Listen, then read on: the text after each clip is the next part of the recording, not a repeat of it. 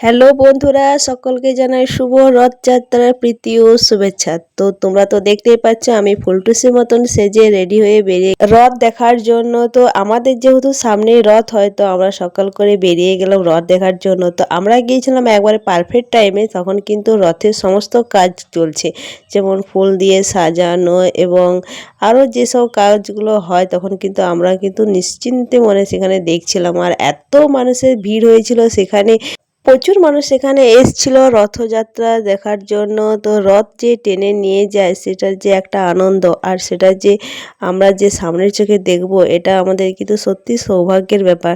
তো যাই হোক, অনেক কিছু হওয়ার পর সব অবশেষে জগন্নাথকে নিয়ে এসে রথের মধ্যে রাখলো এবং আমরা কিন্তু তা সচক্ষে দেখলাম।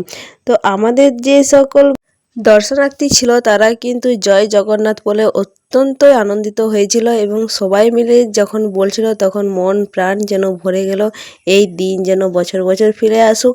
আর অবশেষে আমরা কিন্তু সম্পূর্ণভাবে রথযাত্রা দেখতে পেলাম। আমি কিন্তু অনেক দিন এই রথযাত্রা দেখতে যাইনি। আর হচ্ছে যেহেতু সামনেই হয়, তাই প্রতি বছর সেরকম যাওয়া হয় না। তো এবছর আমি যেহেতু গিয়েছিলাম, তো সত্যিই খুব আনন্দ হয়েছে। এবং রথযাত্রার পরে যে জিলাপি পাঁপড় ভাজা খেয়ে যে বাড়ি আসা, উফ, সত্যি কি মজার একটা জিনিস। তো যাই হোক, সমস্ত কার্যকলাপ কিন্তু এখনও চলছে, এখনও কিন্তু প্রস্তুতি শেষ হয়নি।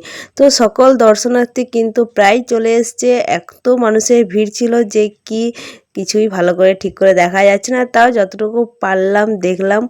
তো এখানে কিন্তু অনেক ব্যবস্থা নিয়ে তারপরে কিন্তু রথযাত্রা চালানো হবে এবং সেখানে অনেক পুলিশ এবং ভলেন্টিয়ার সেখানে কিন্তু ছিল, যাতে কোনো ঝুট ঝামেলা না হয়, তার জন্যে কিন্তু প্রশাসনের দিক থেকে অনেকটাই সাপোর্ট ছিল।